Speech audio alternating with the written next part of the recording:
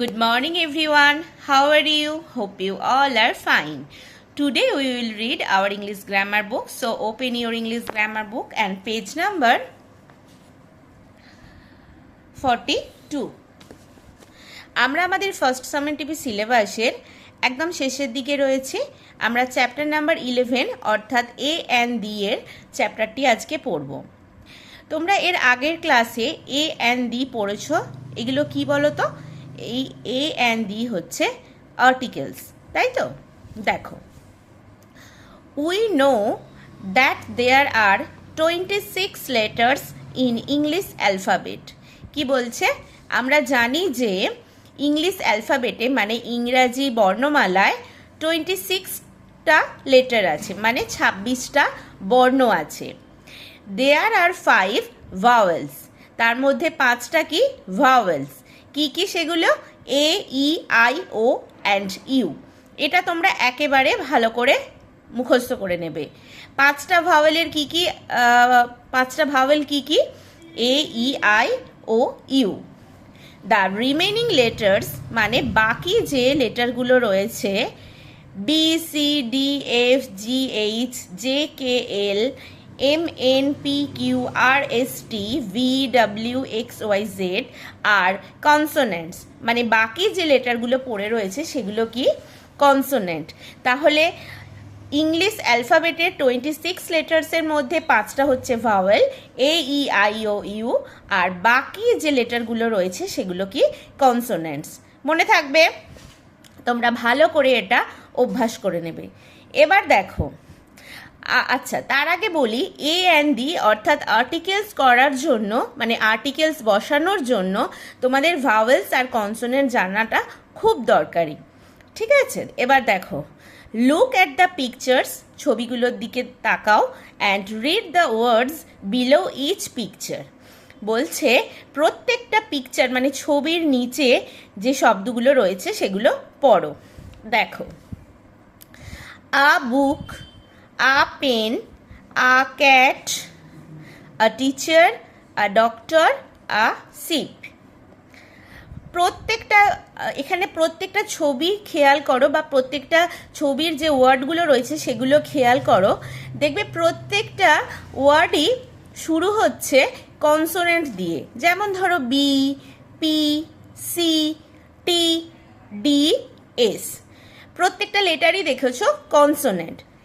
তো এখানে নিয়ম হচ্ছে যখন কোনো ওয়ার্ড কনসোনেন্ট দিয়ে শুরু হয় তখন তার আগে আমরা এ বসাবো। মনে থাকবে, কনসোনেন্ট বলতে কি বোঝাচ্ছে? মানে এ, ই, আই, ও, ইউ ছাড়া যে লেটারগুলো পড়ে রয়েছে সেগুলো দিয়ে যখন ওয়ার্ড শুরু হবে তখন তার আগে আমরা এ বসাবো।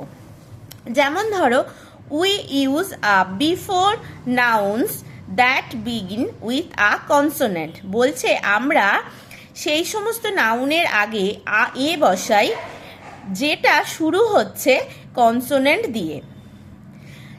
এক্সাম্পল মানে উদাহরণ কি রয়েছে? আ ব্যাট, আ বল, এটসেট্রা। মনে থাকবে, তাহলে কনসোনেন্ট দিয়ে শুরু হলে আমরা তার আগে কি বসাবো? এ বসাবো। এবার দেখো, পরের পেজে এসো, 43 পেজে। নাও লুক অ্যাট দিস পিকচার্স, বলছে এখন এই ছবিগুলোর দিকে দেখো, and read the words given below, এবং নিচের শব্দগুলো পড়ো।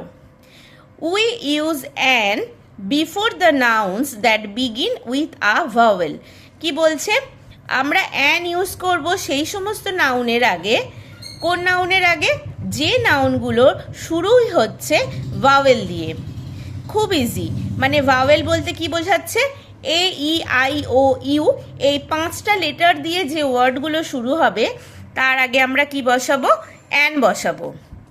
দেখো, এখানে কিছু এক্সাম্পল দেওয়া আছে, তোমরা দেখলেই বুঝতে পারবে। An Apple, an ant, an ice cream, an aeroplane, an engine, an umbrella. এছাড়াও আরও কিছু এক্সাম্পল দেওয়া রয়েছে, an elephant, an ink pot, etcetera. তোমরা প্রত্যেকটা ওয়ার্ডকে খেয়াল করে দেখো, প্রত্যেকটা ওয়ার্ডের প্রথম লেটারটা হচ্ছে ভাওয়েল দিয়ে শুরু, মানে হয় এ, নয় আই, না হয় ই, না হয় ইউ। বোঝা গেছে? তোমাদের এই পর্যন্ত পড়া থাকবে, তোমরা ভালো করে এই পেজ দুটো পড়বে, খুব ইজি। শুধু দুটো নিয়ম মনে রাখবে, এক হচ্ছে কনসোনেন্ট দিয়ে শুরু হলে তার আগে আমরা এ বসাবো, আর ভাওয়েল দিয়ে শুরু হলে তার আগে আমরা অ্যান বসাবো। এছাড়াও কিছু ব্যতিক্রমী নিয়ম আছে যেটা তোমরা যখন একটু বড় হবে অন্যান্য ক্লাসে পড়বে।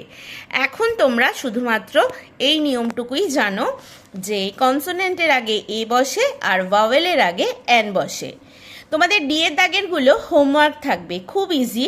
তোমরা প্রত্যেকটা ওয়ার্ডকে দেখবে, তার প্রথম লেটারটা দেখবে, যদি দেখো কনসোনেন্ট তার আগে এ বসাবে, আর যদি দেখো ভাওয়েল তার আগে অ্যান বসাবে। এইভাবে তোমরা ডি এর দাগের প্রত্যেকটা কাজ করবে, 1 থেকে নাম্বার 14 পর্যন্ত করবে। এইটা তোমাদের হোমওয়ার্ক থাকবে বাড়িতে, তোমরা প্রত্যেকে করে আনবে, বুঝতে সমস্যা হলে আমার থেকে জেনে নেবে। সকলে ভালো থাকবে, বাই।